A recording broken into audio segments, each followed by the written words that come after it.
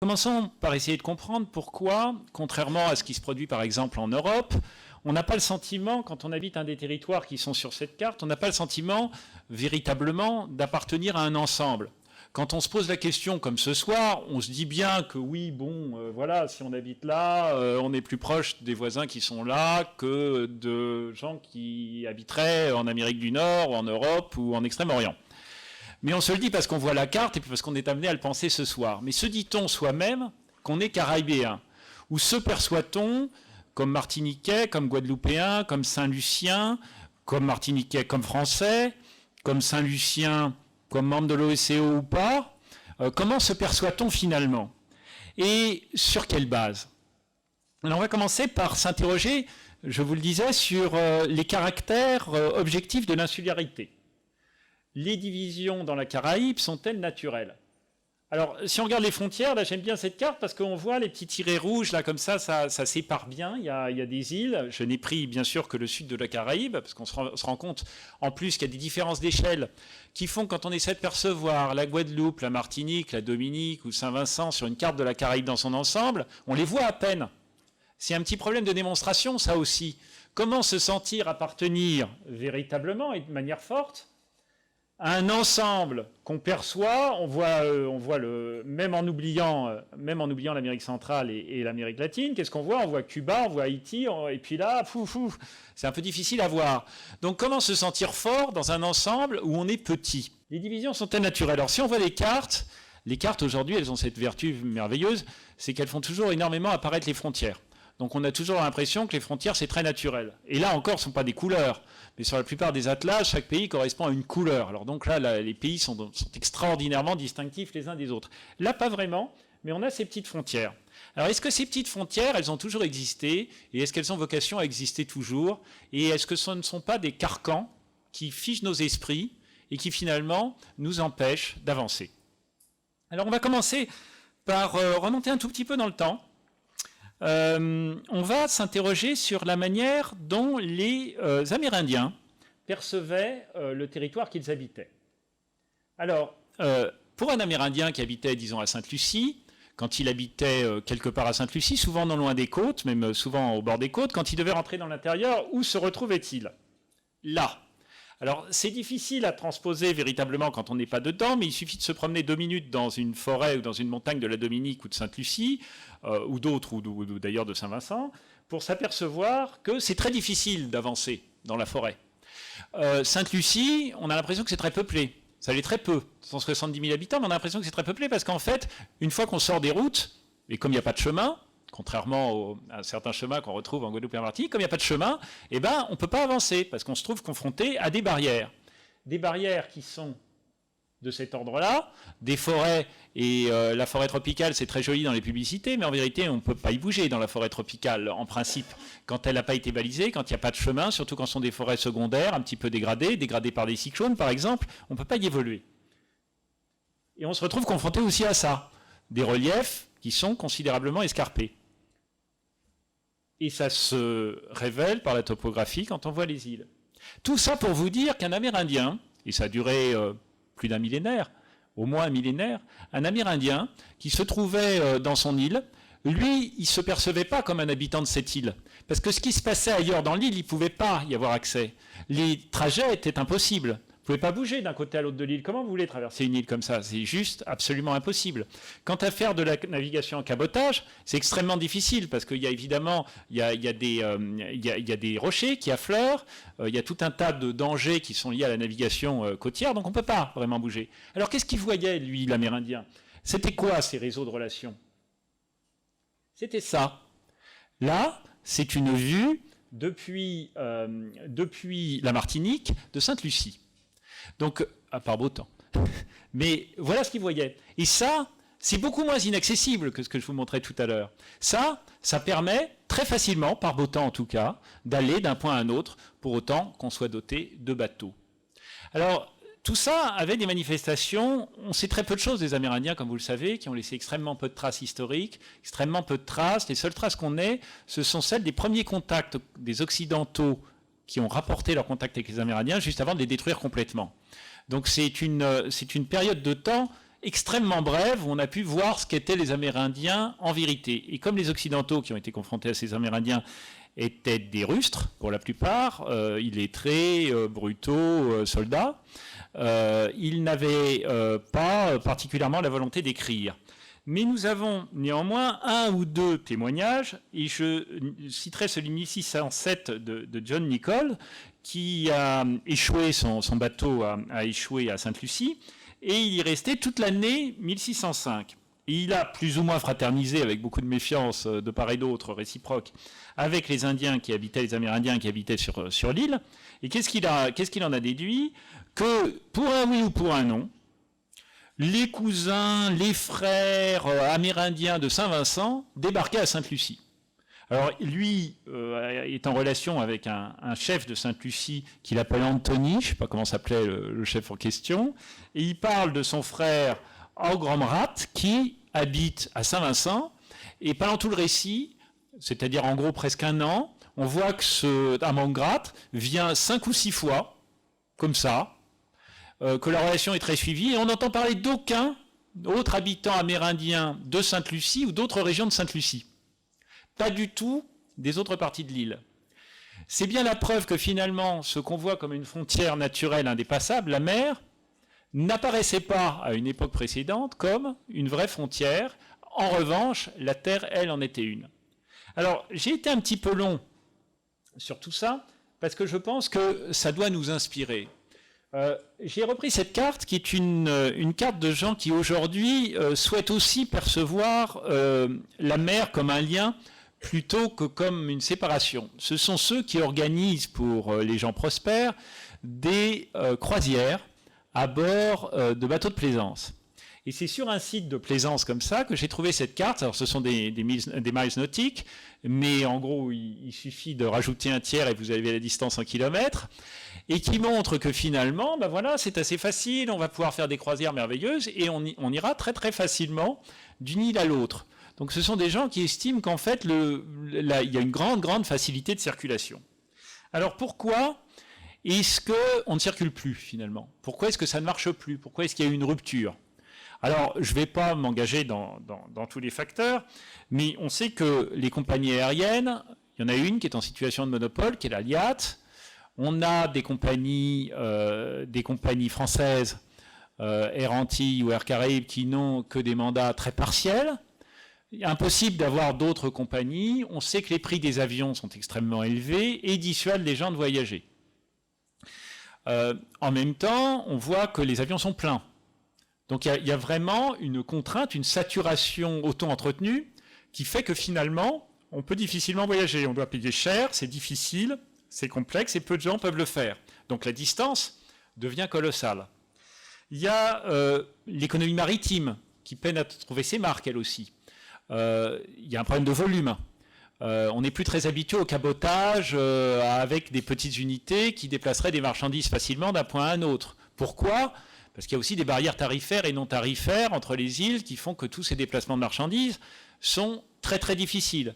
Qu'un petit caboteur ne peut pas déplacer des gens et des marchandises.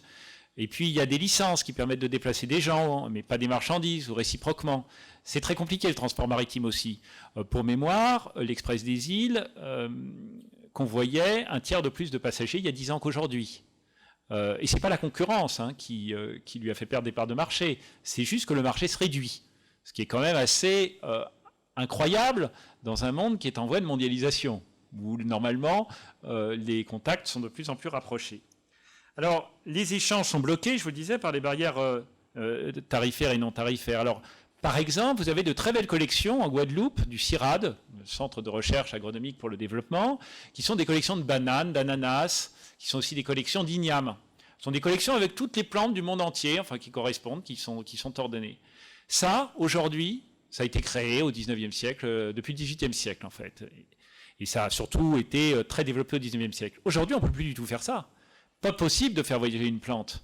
Vous avez des barrières à la fois en propriété, j'allais dire intellectuelle. Une plante n'est pas à proprement parler une propriété intellectuelle, surtout si elle n'a pas évolué. Mais on ne peut pas faire voyager une plante d'un pays à l'autre. C'est extraordinairement compliqué entre les pays qui les retiennent, parce qu'ils estiment que c'est une partie de leur patrimoine commercialisable, et les barrières sanitaires des pays qui ne veulent pas les accueillir parce qu'elles estiment que ça peut avoir un impact très fâcheux pour, d'une manière générale, leurs équilibres écologiques, on ne peut plus constituer de collection. Donc on ne peut plus échanger de plantes non plus. On ne peut plus se vendre des produits vivants.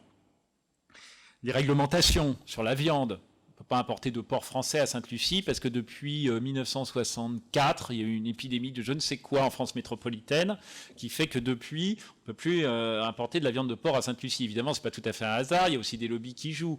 Inversement, importer des poissons qui ont pourtant été pêchés là au large à 50 km, mais qui viennent d'un autre pays, au sein de l'Union européenne, donc ici, c'est à peu près impossible. Donc on a une succession de facteurs, Marie-Noëlle en parlerait bien mieux que moi, en parle bien mieux que moi, vous avez une succession de facteurs qui font que finalement, il n'y a plus de flux. Alors est-ce que l'insularité en soi est un facteur d'autarcie? J'ai déjà commencé à apporter un peu de réponse, ce n'est pas un facteur d'isolement, et c'est un facteur d'autarcie. Est-ce que... je vais trop vite dans mes diapositives. Est-ce que c'est parce qu'on est une île qu'on échange moins avec ses voisins en théorie? Alors je me suis amusé à regarder le ratio des importations de chaque pays, d'un certain nombre de pays, par rapport au produit intérieur brut des 10 pays. On s'aperçoit que pour les États insulaires de la Caraïbe, le taux d'importation des biens et des services par rapport au PIB, ça va de 40% pour la Grenade à 50,3% pour Sainte-Lucie. La Martinique est à 36,6%. Peut-on en tirer une conclusion particulière? Eh bien non, parce que si on compare avec les pays, péninsulaires d'Amérique centrale, de l'isthme centra-américain, on est de 30% pour le Guatemala à 64% pour le Honduras. Autant vous dire que c'est exactement la même chose. Alors est-ce qu'il y a une différence riche-pauvre? Pays prospères, pays pas prospères? Non plus, pas vraiment. La France, dans son ensemble, c'est 46%. Le Danemark, je crois que c'est 38%. Donc, partout, l'économie est mondialisée. Partout, il y a des importations, des exportations. Alors après, il y a le ratio importation-exportation. C'est qu'en Martinique, le taux de couverture des exportations des importations par les exportations est 10%. Donc ça, c'est pas extraordinaire. Mais d'une manière générale, le commerce extérieur n'est pas impacté par le fait qu'une économie soit insulaire ou pas. J'ajouterais qu'il est parfaitement normal que des petits territoires, qu'ils soient insulaires ou pas, indépendants ou non, ne soient pas autosuffisants. Je vous dirais, qui est autosuffisant? Je ne sais pas, je me regarde, j'ai un costume qui vient, je crois, d'Italie, une chemise qui, je crois, est anglaise, des chaussures qui le sont aussi, ma montre est japonaise, mon ordinateur est américain. Je ne suis pas sûr que nous soyons qui que ce soit autosuffisants. Si je devais remplacer tout ça par des choses françaises, alors pour les vêtements, on y arriverait peut-être, encore que la production de textiles français aujourd'hui, c'est pas extraordinaire en quantité. Mais pourrais-je compenser? Pourrais-je trouver un ordinateur français? Sans doute, mais ça ne serait pas très simple. Des montres françaises, il y en a, mais pourquoi se contenter des montres françaises alors qu'on a celles du monde entier et que le monde entier est content aussi d'acheter des montres françaises? Donc on est dans un mouvement général où la vertu, ça n'est pas d'être autosuffisant. Donc la question de l'insularité qui mène à l'autarcie n'est pas une question intéressante en soi. Alors, on peut se demander, par contre, dépendant de qui on est majoritairement. Dans certains États du sud-est asiatique, la dépendance, elle est à l'endroit de la Chine. Elle est colossalement à l'endroit de la Chine. Tout ce qu'ils importent est chinois. Là, c'est un peu dangereux, parce que quand on est tributaire d'un seul fournisseur, on est un peu en danger. Je pense que pour la Guadeloupe et la Martinique, je ne rentrerai pas dans le débat, mais la dépendance vis-à-vis de l'Union européenne est forte. Plus proportionnellement très importante, en tout cas par rapport à ce qu'elle peut être par rapport au reste du monde, et notamment l'environnement immédiat. Alors on dit quelque chose aussi de très important, on dit que les économies de la Caraïbe ne sont pas complémentaires, qu'elles sont concurrentes. Alors, je ne crois pas. Je ne crois pas, je vais vous surprendre, parce que ça c'est assez disons iconoclaste comme point de vue, mais je ne crois pas que les économies de la Caraïbe ont vocation à être forcément concurrentes et ne peuvent pas être davantage complémentaires. Il y a eu l'exemple sur lequel la Chambre de commerce et d'industrie, sa section internationale, a pas mal travaillé, et puis la collectivité territoriale de Martinique a aussi beaucoup travaillé dans la mandature précédente, qui était un échange de 10 produits avec la Martinique. Martinique-Sainte-Lucie, pardon. L'échange Martinique-Sainte-Lucie sur 10 produits. De part et d'autre, les 10 produits qui avaient été identifiés faisaient sens. Ça devait pouvoir être utile aux voisins. Ce qui a bloqué, ce sont les fameuses barrières dont je vous parlais. C'est la très grande difficulté qu'on a eue, finalement, pour rendre les choses possibles. Parce que les normes n'étaient pas comme il fallait, parce que les douanes ne voulaient pas ci, parce que les réglementations ne voulaient pas ça, parce que les transports dont on parlait tout à l'heure ne pouvaient pas l'assurer. Ce n'est pas vraiment la notion de complémentarité qui posait problème. C'est comment arriver à en tirer profit. Je crois que c'est plutôt comme ça qu'il faut poser la question. Autre question sur l'autarcie. Est-ce qu'on peut dire que c'est le peuplement originel, alors là je ne parle plus des Amérindiens, mais du mouvement de population suivant, c'est-à-dire les esclaves qui ont été arrachés à leur terre natale pour venir peupler l'ensemble des pays de la région.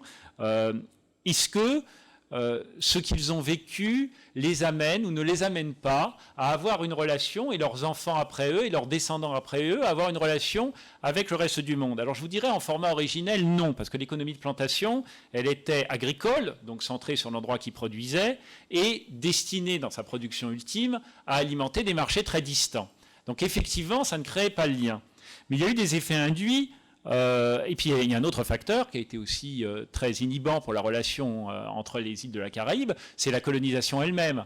C'est-à-dire que les conflits extrêmement forts entre les puissances coloniales, entre la Grande-Bretagne, entre la France, ont été tellement aigus que ça a isolé des îles les unes des autres. Et ensuite, les procédures de colonisation étaient différentes. À Sainte-Lucie, on a empêché les gens de parler français, par exemple.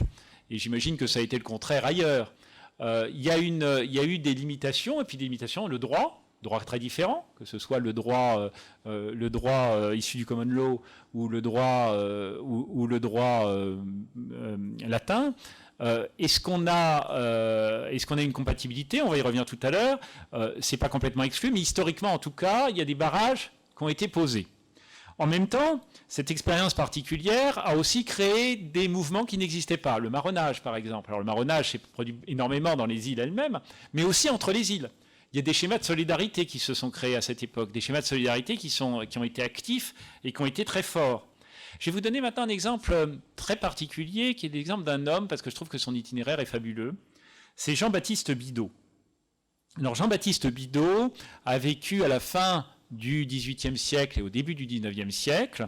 C'est un personnage qu'on connaît trop peu, qui était Saint-Lucien, mulâtre de Sainte-Lucie, et qui s'est engagé, Sainte-Lucie était française à l'époque, et qui s'engage dans la flotte d'un corsaire, Victor Hugues, qui est en gros une flotte avec corsaire qui aide le roi de France d'une manière générale, mais qui cède comme il se doit à elle-même. C'est le principe des corsaires. Donc c'est une flotte en quelque sorte privée qui tire profit de ce qu'elle réussit à extorquer aux navires qu'elle attaque.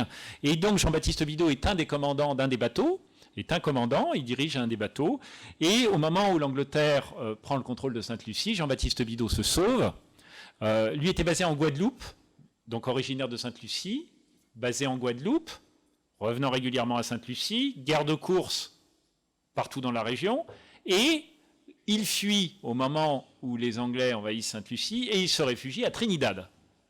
Trinidad s'installe tout un groupe de commerçants, de corsaires, de gens qui sont finalement des descendants de qui, c'est difficile à dire parce que tout le monde s'est mélangé dans l'intervalle. Enfin, il y a eu énormément de mélanges, qui sont donc des descendants d'un peu tout le monde et qui se retrouvent à Trinidad et à essayer de réinstituer d'autres formes de commerce, notamment une forme de commerce liée à la fabrication des bateaux, puisque ce sont tous des spécialistes des bateaux. Et puis, ils ont maillé à partir avec les Anglais, mais aussi avec ce qui reste des Espagnols, surtout avec les Espagnols d'ailleurs, et c'est très compliqué. Et ils commencent à entretenir des relations avec le Venezuela qui n'existe pas encore, et avec Simon Bolivar. Et Jean-Baptiste Bidault crée une relation très particulière avec Miranda, qui deviendra une des personnalités phares de la révolution vénézuélienne, et il sauve la vie de Simon Bolivar en passant avec son bateau à un moment où il est complètement encerclé par les Espagnols, et Simon Bolivar est emmené par Jean-Baptiste Bidault, mulâtre de Sainte-Lucie, vers une place sûre à Trinidad. Bon, ensuite, évidemment, Bolivar reviendra. Mais il y en a la mémoire, il y en a la mémoire au Venezuela où Jean-Baptiste Bidault est un héros. Alors ça, c'est une statue de Jean-Baptiste Bidault qui est sur la place Jean-Baptiste Bidault, à Castries, et qui est un don du gouvernement du Venezuela. Tout ça pour vous montrer qu'en réalité, dans le temps long, et à une certaine époque, ou plus qu'on ne le soupçonnerait en tout cas, les contacts entre les îles de la région étaient beaucoup plus fluides qu'on ne le pense. Alors, je ne résiste pas au plaisir de vous lire ce que dit Bolivar de Jean-Baptiste Bidault dans une carte qu'il envoie à son ami Fernandez Madrid, qui sera président de la Colombie peu avant de mourir en 1830. Je fus trahi à la fois par un aide de camp du général Marino et par les marins étrangers qui commirent l'acte le plus infâme au monde en me laissant entre mes ennemis sur une plage déserte. J'allais me tirer un coup de revolver quand l'un d'eux, M. Bidault, revint de la mer dans une barque et il me prit pour me sauver. Donc vous avez une relation et il est considéré comme un des héros de la révolution vénézuélienne. Et on nous a demandé, pour l'anecdote, les autorités vénézuéliennes, les ambassades vénézuéliennes nous ont dit on voudrait fêter, je crois que c'est le bicentenaire de la mort de Bidault, est-ce que vous voudriez faire quelque chose avec nous? Et là, on a dû se demander, mais qui est donc Jean-Baptiste Bidault? C'est-à-dire qu'un Français très fort dans la mémoire vénézuélienne n'existe tout simplement pas dans la mémoire française. Il a été très difficile de remonter les fils sur Jean-Baptiste Bidault. Alors, maintenant que je vous ai dit qu'il n'y avait pas forcément de malédiction autarcique ou de malédiction en matière d'isolement, je vais essayer de voir quels sont aujourd'hui les facteurs contemporains de rapprochement. Là, jusque-là, j'ai joué un petit peu les apprentis sorciers, me basant sur une très faible connaissance de l'histoire de la région que je peux avoir. Là, je vais rentrer dans ce qui est un peu le cœur de mon métier, c'est-à-dire comment rapprocher la Caraïbe et qu'est-ce qui la rapproche finalement. Alors, je suis convaincu que quand on s'intéresse à l'identité d'un peuple, c'était un peu ma spécialité académique et ma spécialité en Asie, quand on s'intéresse à l'identité d'un peuple, la question c'est pas l'en soi, c'est pas qu'est-ce qui fait qu'un peuple est ici ou ça, c'est qu'est-ce que veut ce peuple et comment il se définit lui-même. Et il faut bien garder ça en tête, un peuple, ça se décrète. Ça n'est pas quelque chose que d'en soi, ça n'est pas quelque chose qu'on reçoit, c'est quelque chose qu'on génère, c'est quelque chose qu'on crée, c'est quelque chose qu'on veut être un peuple. Est-ce qu'on veut être un peuple de la Caraïbe, est-ce qu'on veut s'instituer Caraïbe ou pas? On y reviendra tout à l'heure. Les facteurs de rapprochement. Je vous le disais, les économies sont possiblement complémentaires, mais je ne suis pas rentré dans les détails. Je pourrais en donner, mais il faudrait pour cela quelques réformes. Parlons des filières agroalimentaires, par exemple. Je me suis aperçu avec horreur, je vais vous mettre deux choses en parallèle qui n'ont pas l'air d'être connectées, qui ont la grosse incidence des maladies chroniques, des maladies non-communicable disease, des maladies non transmissibles, des maladies non transmissibles dans la Caraïbe. Toutes les maladies liées à l'obésité, tous les problèmes de diabète, tous les problèmes d'hypertension, tous les problèmes. Bon. Tout ça vient sans doute d'innombrables facteurs, mais enfin, l'un de ces facteurs, c'est quand même l'alimentation. On se rend compte, autre côté du spectre, qu'il est très difficile de faire vivre les agricultures de la Caraïbe. Non pas parce qu'il n'y a pas d'agriculteurs compétents pour les faire vivre, mais parce que ces agriculteurs, ça c'est à ma grande surprise, c'est peut-être moins vrai en Martinique, mais c'est vrai dans toutes les autres îles de l'OCE, ces agriculteurs ne trouvent pas de débouchés pour leurs produits. Vous êtes dans un paradoxe, vous avez des îles comme Sainte-Lucie, qui sont autonomes à moins de 15% sur le plan agroalimentaire, c'est-à-dire qu'il faut qu'ils importent 85% de ce qu'ils consomment en nourriture, alors que les agriculteurs locaux n'arrivent pas à vendre leurs produits, et que leurs produits sont par définition produits selon les critères de l'agriculture biologique, je vous dirais un peu par défaut, mais pas seulement par défaut, parce qu'aujourd'hui c'est quand même assez bien perçu par les agriculteurs eux-mêmes, ils ne sont pas idiots, ils ne sont pas coupés du monde, ils savent que ça peut marcher, sauf que ça ne marche pas. Parce que les tomates ne sont pas calibrées et que quels sont les systèmes de commercialisation? Eh bien, ce sont des supermarchés qui appartiennent à des chaînes qui ne sont pas caribéennes. Alors, je vous dirais, là aussi, c'est un souci, il faut le prendre en compte, mais ce n'est pas forcément une malédiction. Il y a des manières de contourner la malédiction. Évidemment, on ne peut pas fermer les chaînes de supermarchés qui se sont implantées. Par contre, on peut décider que dans les écoles, on va nourrir les enfants, avec des produits qui ont été produits localement. Et si tous les légumes ou tous les fruits ou toutes les viandes ne sont pas produites dans chacune des îles, on peut avoir recours aux autres îles. Des pays comme la Dominique exportent vers la Martinique et la Guadeloupe des tas de légumes clandestinement, tout le monde le sait, personne ne dit rien parce que c'est très difficile de faire face à ça et puis qu'il y a un besoin. Mais en même temps, c'est en contradiction de toutes les règles. Mais c'est très vertueux d'une certaine façon. Ça montre que cette circulation, elle serait nécessaire en vérité, qu'on pourrait échanger. Et dans l'idée d'une alimentation saine, comme chacun ne peut pas tout produire, il pourrait y avoir des échanges. Rappelons-nous des distances, elles sont nulles. 40 km à parcourir dans un bateau, c'est à peu près rien.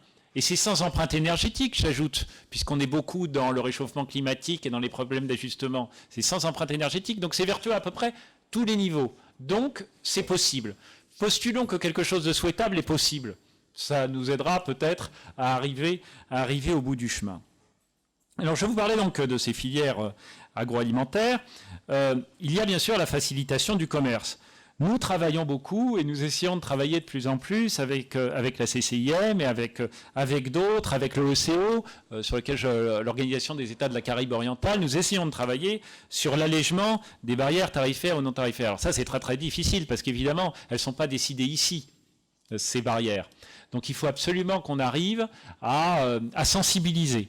C'est un travail, bien sûr, de longue haleine. Mais on peut, postulons, parler des légumes, on peut parler des poissons, on peut parler des jus de fruits, de la Martinique, l'eau minérale par exemple. L'eau minérale qu'on trouve à Sainte-Lucie, ça n'est pas de la Didier, je vais vous surprendre. C'est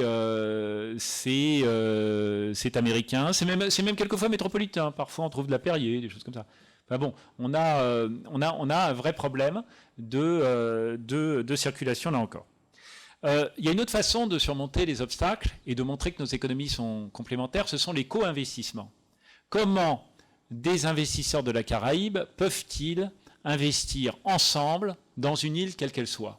Alors quand je parle d'investissement, je ne parle pas de grands groupes qui consentiraient des investissements majeurs. Je parle de petits investissements.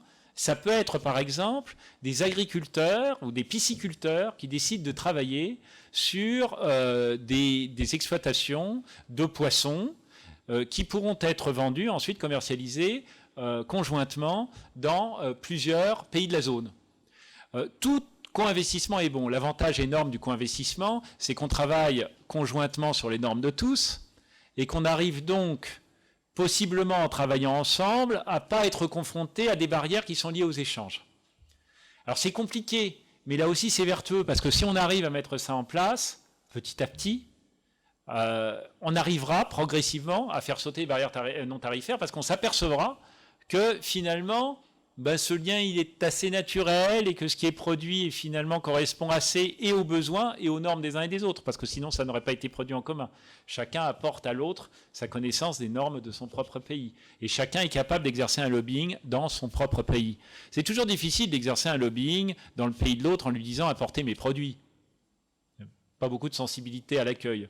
Par contre, quand on exerce un lobbying en disant acceptez les produits de mon partenaire, c'est peut-être plus facile quand on est soi-même un intervenant économique dans le pays dans lequel on se trouve. Alors, il y a une autre de mes marottes, c'est l'agriculture de niche et tous les produits de niche qu'on peut avoir dans la Caraïbe. Les AOC, les appellations d'origine contrôlée, on les développe trop peu dans la Caraïbe. Il y a un certain nombre de produits qui mériteraient des appellations d'origine contrôlée. Il y a un grand mouvement sur les cacaos dans la région, et ce grand mouvement n'est absolument pas commun, absolument pas conçu en commun, alors qu'il ne s'agirait pas bien sûr de produire un seul chocolat commun à tous, mais d'avoir un schéma de valorisation, de commercialisation et d'expertise sur le chocolat, sur la production cacaoyère, qui soit conjoint à tous, pour ensuite avoir sur la déclinaison des marques des tampons et des appellations communes. Je vous dis ça pour le chocolat, ça pourrait être vrai sur tout un tas d'autres choses. Il y a aussi l'harmonisation du droit. Il y a, c'est en Guadeloupe, le droit des affaires. Vous avez une grosse initiative qui est l'initiative de l'OHADA, sur le modèle d'un schéma qui a extrêmement bien fonctionné en Afrique de l'Ouest, qui est l'OHADA. Comment faire en sorte que des contrats passés dans la Caraïbe répondent à des critères de droit fixés dans la Caraïbe. Et l'OHADA travaille sur un truc extraordinaire qui est un tribunal d'arbitrage qui peut concilier des lois de divers pays, quelle qu'en soit la nature, et il suffit que les co-contractants soient d'accord pour se référer à cette cour arbitrale, pour qu'ils puissent faire des affaires ensemble dans des conditions qui sont telles que si un jour il y a conflit, l'arbitrage ne leur coûtera pas ce que ça leur coûte, passe par une compagnie américaine ou canadienne. Et puis surtout, qui aura le bénéfice d'être caribéenne. Le dernier point sur lequel je voudrais rentrer, avant de passer à un tout autre sujet sur l'intégration économique, c'est le tourisme. Toutes nos îles sont extrêmement sensibles à la notion de tourisme. Pour certains pays, c'est 80%, ça va jusqu'à 80% du PNB. On postule, j'ai entendu parler dès mon arrivée de tourisme multidestination. C'est très intéressant, le multidestination, mais multidestination, dans l'esprit des gens, souvent, c'est comment faire en sorte que les touristes qui vont dans un autre pays que le mien viennent aussi chez moi. Ce qui n'est pas un point de vue, disons, très collectif. Comment faire en sorte que le point de vue change, que le point de vue diffère et qu'on milite non pas pour attirer les touristes de l'eau chez soi, mais pour attirer chez soi collectivement un plus grand nombre de touristes possible. Il suffit d'arriver, plutôt que de dire que nous avons des offres concurrentielles ou en concurrence, que nous avons des offres complémentaires, en se basant sur notre patrimoine particulier. On retrouve la notion d'AOC sur les produits, mais cette notion d'AOC, elle a son équivalent dans le patrimoine. On peut très facilement se dire que le patrimoine bâti, par exemple, de telle et telle île est complémentaire et qu'on peut emmener des gens sur des circuits. Que les amateurs de volcans peuvent trouver intérêt à visiter plus d'une île. Que les amateurs de faune terrestre, les oiseaux notamment, peuvent avoir des circuits qui sont élaborés sur la base des oiseaux. Que les jardins botaniques peuvent être visités conjointement. Que les spots de faune marine peuvent être... que les lieux de mémoire de la traite, par exemple, peuvent être aussi visités conjointement. Et ça, c'est une approche qui doit être par définition collective. Alors, qui peut intégrer ce collectif? Parce que le gros problème, une fois qu'on a dit qu'il fallait qu'on soit plus collectif, c'est qui y travaille. Alors chacun, chaque entreprise, chaque particulier peut y travailler à son échelle, on le disait pour les co-investissements, pour les échanges. Mais qui peut y travailler fondamentalement à une autre échelle?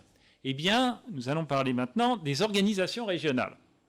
Alors, les organisations régionales, le problème, c'est que c'est très difficile de ne pas s'y perdre. Alors on va commencer, bienvenue, on va commencer par la plus grande. Ça, c'est 25 États membres et 8 membres et territoires non indépendants. 33 pays au total. La Martinique et la Guadeloupe y ont adhéré en 2014, Saint-Martin cette année. Alors l'AEC, c'est un truc merveilleux parce que l'avantage majeur de l'AEC, c'est que ça comprend l'ensemble de la Caraïbe tel qu'on l'aperçoit comme ça dans l'esprit. Inconvénient de l'AEC, il y a des bons connaisseurs de l'AEC, je sais, dans cette salle. Inconvénient de l'AEC, c'est que, comme on l'a dit pour l'Europe souvent, big, c'est pas forcément beautiful. C'est-à-dire que quand vous mettez en même temps la Colombie, le Mexique, le Venezuela, Cuba et Saint-Vincent et les Grenadines, c'est un petit peu difficile de trouver l'idéal commun et de trouver comment on va monter des politiques ou même avoir des conceptions communes. C'est extrêmement délicat. Alors, d'expérience, ce que je vous dis, c'est entre nous. Je ne me prononce pas ès-qualité, je ne suis plus conseiller de coopération régionale. Vous oubliez cette casquette. Je vous dirais, ça ne peut servir virtuellement à rien, sauf à une seule chose, c'est l'espace maritime. On est dans une gestion qui doit être forcément plus écologique et forcément plus raisonnée de la ressource sur l'espace maritime de la mer des Caraïbes. Or, l'AEC est le seul ensemble qui peut, à cette échelle, concevoir des politiques maritimes. Mais hors de cela, je pense qu'il ne faut pas se laisser abuser par le grand, le siège de l'AEC est à Trinidad, que le grand est forcément la meilleure option. Alors, l'AEC, c'est un petit peu distingué, vous en avez peut-être entendu parler, parce qu'il y a des points de vue politiques qui s'expriment. Il y a un effet de tribune. Donc vous avez un certain nombre de dirigeants, je dirais, on aurait dit à une certaine époque, dans une espèce de mouvance progressiste, la mouvance de l'ALBA, la mouvance des pays révolutionnaires, qui ont des positionnements très forts par rapport à l'Occident. C'est sans doute intéressant en effet de tribune, mais en effet de construction régionale, je ne suis pas sûr que ça nous emmène très loin. Donc la mer avant tout pour l'AEC, je la quitte immédiatement. Maintenant, je vais m'intéresser à cet arc-là, qui n'est pas incarné là par les frontières, mais pourtant c'est exactement ça, c'est la CARICOM. Alors la CARICOM, ça a un secrétariat commun qui est basé au Guyana, C'est une institution internationale. Pour ceux d'entre vous qui y sont familiers, on parle beaucoup, c'est très technocratique, on fait beaucoup de dossiers, les gens sont très polis, très bien élevés, très bien formés, parlent énormément de langues et font assez peu de choses. C'est un trait caractéristique. C'est aussi parce qu'il faut être consensuel. Donc trouver le plus petit dénominateur commun, c'est toujours difficile. Il faut se mettre à la place des gens. Entre Haïti, puisqu'Haïti en fait partie, le Suriname et la Martinique, pas forcément complètement évident de trouver des axes de politique commune, parce que les réalités sont très différentes, les prospérités sont très différentes, les problématiques politiques sont très différentes, les régimes politiques sont très différents. Ce qui m'intéresse dans la CARICOM, moi, c'est pas tellement le secrétariat qui est au Guyana, ce sont les institutions liées à la CARICOM qui sont souvent beaucoup plus anciennes que la CARICOM. Et alors là, si je vous disais quelles sont les institutions de la CARICOM, je suis sûr que je n'aurais pas un succès extraordinaire dans la salle et que vous auriez du mal à m'en citer beaucoup. Et pourtant, il y en a d'innombrables. Et certaines d'entre elles sont extrêmement intéressantes. Je vous surprends. Elles sont extrêmement intéressantes parce qu'elles s'attaquent à des problématiques qui peuvent être d'ampleur régionale, qui peuvent toucher cette Caraïbe-là, qui est la nôtre, fondamentalement. Cette Caraïbe qui va d'Haïti au Guyane, c'est cette Caraïbe-là dont on parle, c'est celle qui pourrait avoir une forme d'unité, eh bien, elle peut être unie, cette Caraïbe, par les institutions de la CARICOM qui ont des vocations thématiques. Qui dit vocation thématique, dit possibilité opérationnelle. Ouf. Alors, ça va vous affoler un peu. Voilà donc un certain nombre d'institutions. Je ne vais pas beaucoup vous étonner, la plupart d'entre elles, je ne les connais pas du tout. Ce qui m'ennuie un petit peu, c'est que je postule que des organisations compétentes en Martinique, qu'elles soient liées à l'État ou qu'elles soient liées à la CTM ou qu'elles soient privées, ne les connaissent pas forcément très bien. Ça m'ennuie plus, parce que si chaque pays qui a des institutions qui sont liées à l'agriculture, qui sont liées évidemment, qui sont liées à l'éducation, qui sont liées au risque naturel, qui sont liées à l'hydrologie, qui sont liées à la santé, si toutes ces organisations ne sont pas références pour les organisations nationales, alors leur rôle est forcément bien plus faible. Et moi, j'aimerais infiniment qu'il y ait un vrai travail qui soit fait ici, en Martinique par exemple, par toutes les institutions partenaires, pour se demander, parce qu'elles ne sont pas forcément toutes très efficaces, pas forcément toutes très pertinentes, mais en tout cas pour le savoir. Or, la grande difficulté, c'est qu'on ne le sait pas. Elles ont leur siège ici et là, elles ont tout un siège dans des endroits, dans des lieux différents. Et pour certaines d'entre elles, je pense au CEDEMA pour le risque naturel, c'est une institution majeure. Alors elle n'est pas ignorée par la préfecture, les MISA, etc., la CEDEMA. Mais le CARFA, sur la santé, c'est une institution majeure, elle est ignorée. Si. Je ne pense pas que les ARS ou que qui que ce soit travaillent beaucoup avec le CARFA.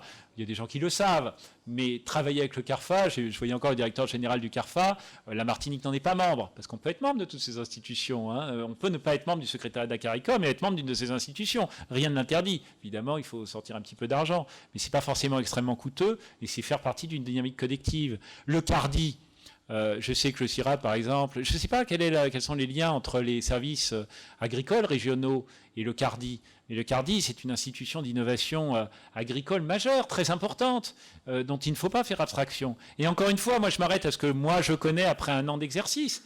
Là-dedans, il y a sûrement des mines, et même dans les institutions qui ne marchent pas, je dirais, il y a matière à les investir, à essayer de les faire tourner, à prendre cette responsabilité-là. Et ça, c'est un appel à devenir plus caribéen d'une certaine façon, et un appel concret, ce n'est pas un appel théorique à l'identité caribéenne théorique. C'est un appel concret sur une possibilité d'incarner une identité en travaillant ensemble sur des objectifs particuliers. Alors, je vais passer... Alors, il y a les institutions associées.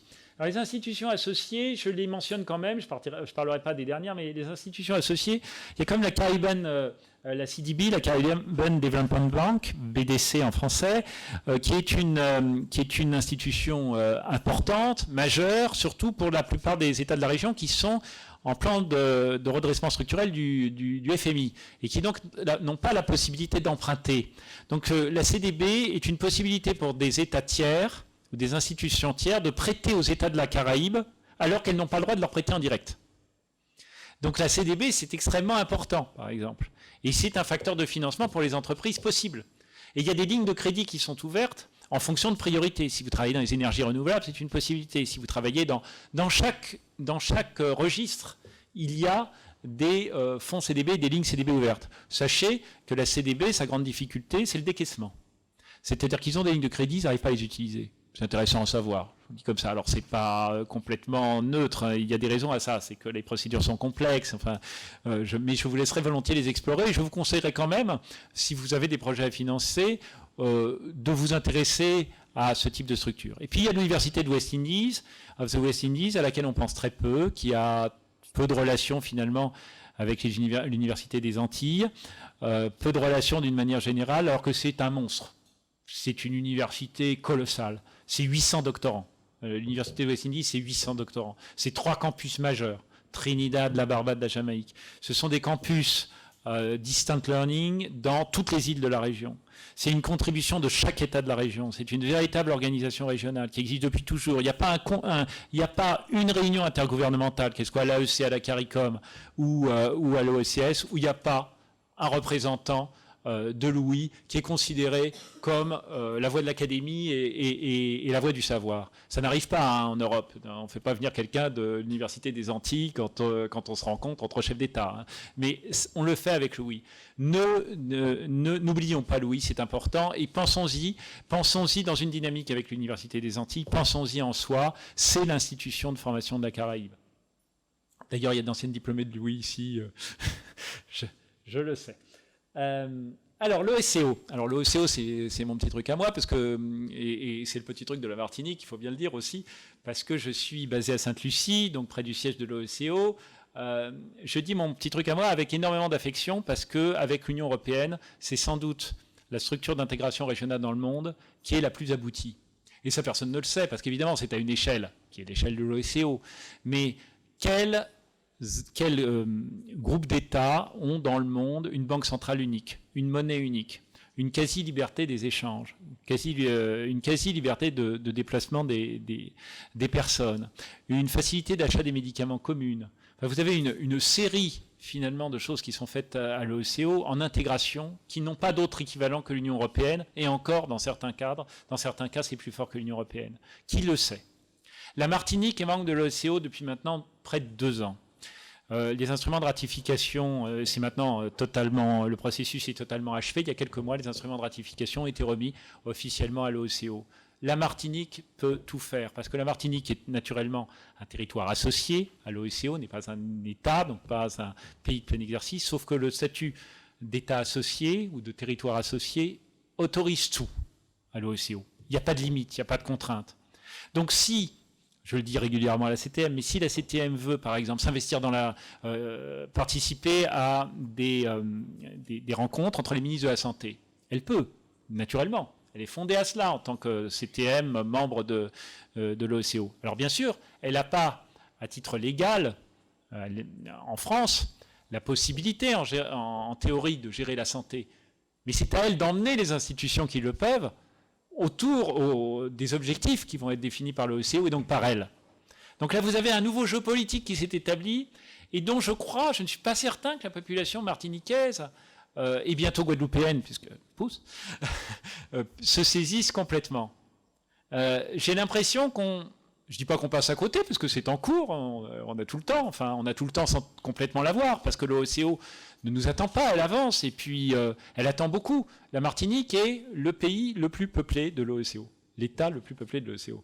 Donc le poids de la Martinique est naturellement colossal au sein de l'OSCO. Et encore une fois, la Martinique peut être associée à toutes les problématiques à travers la CTM, et derrière elle, toutes les institutions françaises qui peuvent suivre les objectifs qui seront fixés par l'OSCO. Alors bien sûr, il y a des frictions, ça ne vous échappera pas, mais avançons, là encore avançons. C'est en pensant que c'est positif, c'est en pensant qu'il faut y aller, qu'on va pouvoir y aller. Alors je suis bientôt au terme de ma petite conférence, mais pas tout à fait tout de même. Je voudrais vous parler d'argent. Alors je l'ai effleuré avec la BDC, la Banque de développement des Caraïbes, sans rentrer tellement dans le détail. On va parler d'abord du FED. FED, 150 millions d'euros, sur le 10e Fed, plus ou moins pareil sur le 11e Fed, hors Haïti. Haïti, c'est 600 millions. Mais hors Haïti, pour nos îles, c'est 150 millions d'euros. Alors, c'est pour des États tiers, l'Union européenne. C'est pas pour l'Union européenne elle-même. Alors, le Fed, les pays de la région, c'est très peu décaissé, le Fed, très mal décaissé. Les pays de la région ont beaucoup de mal à l'utiliser. C'est dommage. C'est comme ça. Ils ont du mal à gérer les procédures européennes, ils ont du mal à s'approprier l'outil. Et ils ont du mal à voir comment l'articuler, notamment avec la Martinique, par exemple. Nous disposons aussi des fonds FEDER, les fonds qui sont destinés aux régions ultrapériphériques de l'Union européenne. Ces fonds FEDER qui sont incarnés, on va y revenir, par le programme Interreg, dont vous avez sans doute entendu parler. Le gros problème, c'est le même que tout à l'heure pour le tourisme multidestination, c'est le raisonnement commun qu'on connaît tous, c'est ce qui est à moi, ce qui est à toi est négociable. Et donc c'est sur la base de ce raisonnement en général qu'on procède. C'est-à-dire que les pays qui reçoivent du Fed, même si, comme je vous le disais, les taux de décaissement sont bas, quand ils reçoivent du Fed, ils se disent « Oh là là, c'est pour nous, on ne va pas partager ça avec la Martinique, la Guadeloupe, et on ne va pas monter avec eux des projets. » Puisque finalement, sont nos fonds, en quoi ça les regarde. Et puis, du côté d'Interreg, on a quand même un tout petit peu tendance, du côté du FEDER, donc, des autres fonds européens, à se dire, bon, il faut quand même que ça nous serve avant tout. Bon, bien sûr, c'est fait pour associer les pays de la région à nous, mais bon, est-ce qu'on a tellement besoin de faire ça? Alors, c'est plus naturel pour Interreg et pour Interreg, parce qu'Interreg, c'est le programme du FEDER qui, précisément, doit aider à l'intégration régionale des territoires qu'il vise. Donc qui en bénéficient plutôt. Donc forcément, il y a un côté naturel. Mais on s'aperçoit très souvent quand même qu'il y a des dérives. Prenons un exemple. En santé, un service du CHU peut très bien dire « Ah ben moi j'ai besoin de changer mon PET scan. Voilà, j'ai vraiment très envie de le faire. » Bon, évidemment, fonds Interreg, ça ne paraît pas à l'évidence comme ça. Mais si je dis que je vais accueillir plein de patients de la Caraïbe, ça a marché. Alors, sans se poser la question de comment ces patients de la Caraïbe peuvent être accueillis ou pas, enfin, là aussi, on est des spécialistes, ça c'est pas la question, puisque eux, ils veulent se rééquiper. Donc, si on arrive à être, j'allais dire altruiste, c'est pas le terme, si on arrive à mesurer que l'intérêt commun doit être plus fort que l'intérêt individuel, parce que 1 plus 1 peut faire plus que 2, tout simplement pour ça, dans une logique simplement intéressée. Si on arrive à se dire qu'en mettant bout à bout Interreg et le Fed, et si on arrive à créer un jour une structure politique adéquate de consultation où des chefs de l'État, des responsables des collectivités territoriales se retrouvent autour d'une table en disant bon ben ça c'est notre Interreg, voilà un peu ce qu'on a en tête, les autres diront voilà le Fed c'est un peu ce qu'on a en tête, et par exemple en se disant en santé par exemple, ça peut être dans l'éducation, et si on essayait non pas de faire un pot commun, surtout pas, mais d'articuler, de voir comment chacun pourrait apporter quelque chose au pot pour avoir des vrais projets de dynamique collective. Pour l'éducation, c'est une évidence. Pour la santé, c'est une évidence. Pour les filières agroalimentaires, ça peut être important. Pour les transports, il y a quelque chose à faire, etc., etc. Pour les énergies aussi, etc., etc.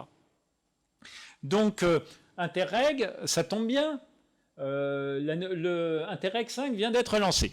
2014-2020, mais en fait, en vrai, ça prend un peu de retard, et donc on est dans le processus. Le secrétariat commun est en Guadeloupe, donc il implique Saint-Martin, la Guadeloupe, la Martinique, mais aussi, dans une moindre mesure, la Guyane.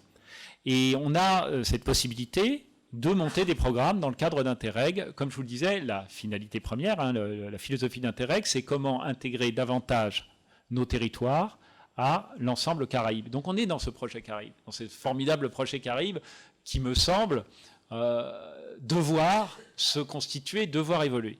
Alors j'ajouterais peut-être que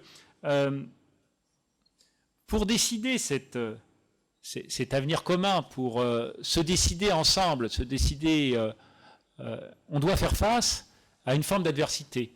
Si ce n'est pas une adversité explicite, c'est une adversité de fait.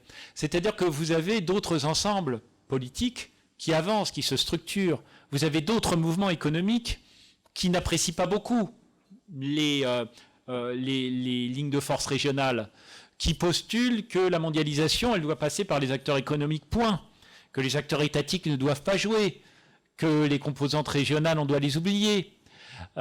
Donc si on veut créer la Caraïbe, il faut que ce soit un mouvement volontariste, politique, extraordinairement fort. Et ce mouvement politique, aujourd'hui, je ne dis pas qu'il fait défaut, je dis qu'il est insuffisant. Il est insuffisant par rapport aux enjeux, il est insuffisant par rapport à ce qu'il y a à gagner. Alors, qu'est-ce que j'ai là? Non, oh, je vais beaucoup trop vite. Tac, qu'est-ce que j'ai là? Non. Bon, il n'y a plus de diapo. Alors, il n'y a plus de diapo, mais il y a la notion de culture commune.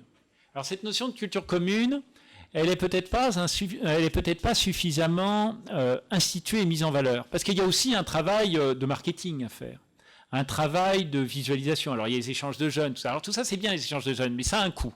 Donc, il faut qu'il y ait des gens qui soient prêts à l'assurer aussi, ce coût. Il faut que tous les pays de la région soient prêts à l'assurer. Il faut qu'il y ait les mobilités étudiantes. Il faut que l'Université des Antilles puisse accueillir plus de monde. Pour ça, il faut qu'elle donne des cours aussi en anglais, mais il faut aussi que les jeunes de la Caraïbe soient plus en mesure d'apprendre le français et qu'on les aide pour ça. Il faut que les alliances françaises soient aidées. Je pense que c'est fondamental. Il faut que les collectivités territoriales aident les alliances françaises, que les alliances françaises deviennent des alliances de Martinique, que les alliances françaises deviennent des alliances de Guadeloupe. Il faut arriver à ça, parce que c'est en arrivant à ça qu'on pourra former des élèves, aider les systèmes d'enseignement secondaire, surtout secondaire, à former des francophones à un niveau suffisant pour rentrer à l'Université des Antilles, qui ne demandent qu'à les accueillir, mais ils n'ont pas la capacité linguistique pour y rentrer. Donc, il faut qu'on s'interroge sur ce type de mobilité. Il faut que nous en fassions la priorité. Alors, je suis là en Martinique, non seulement pour participer à cette conférence, mais aussi pour une réunion de programmation régionale. Une réunion de programmation notamment culturelle. Système unique au monde qui a été mis en place pendant des années. J'en profite pour saluer Bruno Stéphanie qui a été un de ses principaux artisans pendant les 4 ans qu'il a passé à la tête du réseau des alliances françaises des Petites Antilles. Son successeur, Evelyne Gaz, qui vient de nous rejoindre en septembre. Et donc on a cette dynamique et nous allons avec Evelyne lancer le Xème round. Ça doit être le 5e ou 6e, 5e. Le 5e round de ces rencontres régionales. Alors nous sommes un peu affectés par le cyclone qui malheureusement empêchera nos collègues d'Haïti, de Cuba et de République dominicaine de nous rejoindre. Mais la dynamique commune, ça veut dire quoi? Ça veut dire qu'il y a un dynamisme extraordinaire en Martinique et en Guadeloupe en termes culturels et qu'il peut y avoir une projection des artistes de la Guadeloupe et de la Martinique dans toute la région et que cette projection est attendue, elle est souhaitée. Mais cette projection, ça ne doit pas être une projection sèche. Ça doit être une projection aussi dans la création. Et créer ensemble, c'est la meilleure façon de s'unir. Si vous faites fonctionner des artistes ensemble, s'ils peuvent créer des spectacles musicaux aussi, puisque la musique n'a pas de frontières linguistiques, mais aussi utiliser le créole, pourquoi pas, là où c'est possible. On a une unité de langue créole, une unité régionale créole, une sous-régionale en tout cas. Il y a beaucoup de travail à faire sur le créole, sur sa revalorisation, sur sa revitalisation, pour que le créole soit mieux considéré. Et je parle moins en Guadeloupe et en Martinique d'ailleurs que dans les autres îles de la région, où le créole souffre encore terriblement, comme pouvaient le faire les langues locales dans les années 70 en France. On est au début du frémissement dans les pays de la région, on se dit « Ah mais oui, peut-être quand même qu'il faut en faire quelque chose de plus qu'une journée folklorique une fois par an ». Le mouvement est en cours, mais il faut du coup parler mieux au créole, parce que si on ne parle que quelques mots d'une langue, cette langue est pauvre et cette langue ne sert à rien. Donc il faut réinstituer le créole aussi, mais ça aussi, c'est un choix politique, c'est un choix collectif qu'on doit mener. Donc je vais vous parler de cette réunion de programmation culturelle, encore une fois, programmation, mais pas seulement pour la monstration de spectacles, mais programmation pour travailler ensemble avec des artistes haïtiens, avec des artistes d'ailleurs. Parce que là, les données économiques ne jouent plus tellement. Les données économiques jouent pour pouvoir monter ces projets. Mais la qualité des artistes ne se mesure pas à la prospérité de leur pays. Et ça, c'est quelque chose qu'il faut aussi énormément que nous considérions, nous, vu des territoires français d'Amérique. La prospérité est là, même si évidemment il y a des exclus de la prospérité en Guadeloupe, en Martinique, on le voit, on le sait, mais il y a quand même une prospérité. Et cette prospérité ne doit pas nous faire oublier que nous ne sommes pas des isolats, et que l'on peut tout aussi bien travailler avec des gens qui ont peut-être moins de moyens, mais qui ont énormément d'idées, qui ont leur propre dynamique, leur propre savoir, leur propre background et leur propre qualité. Et ça, je crois que là aussi, il y a une révolution mentale à faire. Il faut qu'on aille plus loin dans la perception de ça. La prise de conscience de la réalité d'une culture commune. Parce que cette culture commune, alors là, je vous parle en spécialiste de l'Asie du Sud-Est, débarquant pour la première fois de sa vie dans la Caraïbe, ce que je découvre C'est une unité, mais absolument extraordinaire. Je sais qu'il y a des débats sans fin sur la créolité, qu'est-ce qu'être créole, qu'est-ce que ne pas être créole, est-ce que créole a vraiment un sens, Mais mesurons ce que nous avons en commun, mesurons ce que la zone unit. Évidemment, les points les plus évidents, la cuisine, les attributs vestimentaires, la musique, l'architecture aussi. Et puis il y a d'autres choses plus diffuses, moins évidentes, mais qui apparaissent aux yeux de l'observateur. L'urbanisme. Il y a un urbanisme créole, assurément. Il y a le rapport au territoire, le rapport à la terre et à la mer, qu'on pourrait infléchir en partie, comme je vous le disais. Mais ce rapport fait partie de l'identité. J'appelle créole, mais si le mot gêne, appelons-la autrement. Disons Caraïbe. Voilà. Disons caribéenne. Le problème, c'est qu'il ne faut pas que les mots nous arrêtent.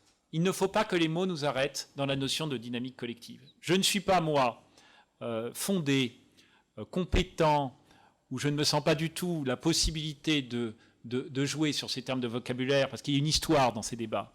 Mais ce n'est pas dans ces débats que je veux rentrer. Moi, ce que je veux voir, c'est comment faire pour que les choses avancent. Quelle action, quels sont les mouvements qu'on essaie de privilégier. Là, on a des experts de la culture, j'en vois au moins une qui a travaillé depuis des années dans différentes institutions sur la possibilité de créer ce lien. Et donc, on ne crée pas un lien partant de rien, on crée un lien en partant d'un substrat commun. Et même s'il n'est pas entièrement commun, il est intercommunicable. Et je crois qu'il faut retenir qu'on n'a pas besoin d'être semblable. Ce qu'il faut, c'est être intercommunicable. Le rapport à l'histoire, évidemment. On ne va pas rentrer dans les détails, mais on sait que cette histoire a été traumatique et on sait qu'elle est unificatrice aussi. Il faut la dépasser en s'appuyant dessus, en disant, oui, ça nous unit. Travaillons ensemble, faisons des choses ensemble aussi autour de cela. Le rapport à la religion, qui est aussi très fort, les religions sont multiples, mais le rapport religieux est très très fort dans la Caraïbe aussi. On ne peut pas en faire non plus abstraction dans la vie des gens. Alors, comme je vous le disais, la complexité de la notion d'identité créole, caraïbe, me semble, je dirais, soluble par l'action, soluble dans l'action. Si on fait ensemble, jamais à l'échelle générale de l'AEC, mais à l'échelle pertinente en fonction des projets, mais dans un esprit caribéen, si on fait ensemble, on surmonte évidemment facilement les obstacles liés au débat sur les identités, ou en tout cas on peut les faire avancer considérablement sur une base beaucoup plus productive. C'est surtout ça que je voudrais vous dire. Quand on fait ensemble, on se trouve des atomes crochus, on se trouve des affinités et on comprend ces affinités. Faire ensemble, c'est surmonter la différence. Ou surmonter la perception qu'on a de la différence. Je vous le disais, le caractère insulaire n'a pas de raison de nous bloquer. Le caractère éclaté de la Caraïbe, du 6e continent, n'a pas de raison de nous arrêter. Ne nous arrêtons pas à ça. L'identité, je vous le disais en commençant, je vais vous le dire en concluant, l'identité, ça n'est jamais un en soi. Ce n'est pas quelque chose qui vous tombe dessus. On n'a pas une identité qui est telle et telle. L'identité, c'est ce qu'on décide qu'elle est. J'ai vu des peuples en Asie du Sud-Est qui étaient extrêmement récents, historiquement. J'ai travaillé pendant des années pas beaucoup d'années, mais quelques années, sur les Rohingyas. Les Rohingyas, c'est une population très opprimée de l'ouest de la Birmanie, qui est une population musulmane de l'ouest de la Birmanie, originaire à date ancienne du subcontinent indien, et donc ostracisés par les Birmans qui sont sud-est asiatiques. Cette population-là, en tant que Rohingya, elle n'existe que depuis 50 ou 60 ans. Elle se sent pourtant extrêmement forte dans cette position, alors un peu parce qu'elle est opprimée, il faut bien le dire, ou beaucoup parce qu'elle est opprimée, mais aussi parce qu'elle s'est construite et qu'elle se construit en culture et que les gens se revendiquent en tant que Rohingya. Si on se revendique comme caribéen, on devient tout d'un coup, et très substantiellement, plus caraïbéen que si on ne se revendique pas en tant que caribéen. Ma dernière diapositive, ce sera donc celle-là, qui finit sur un point d'interrogation. Vous aurez compris quelle est ma conclusion. Ces garçons sont-ils Saint-Vincentais, Dominiquais, je ne sais pas d'où ils viennent, ou d'ailleurs, ou une idée Merci. Je n'ai mis le crédit photographique parce que sur le site du Memorial Act, ça n'est pas marqué. Robert Charlotte. Bon, il me semblait bien que ça devait être Saint-Vincentais. J'ai un peu commencé par là. Mais en fait, on a deux façons de les voir. Saint-Vincentais ou caribéen. Voilà, je finirai là-dessus. Merci.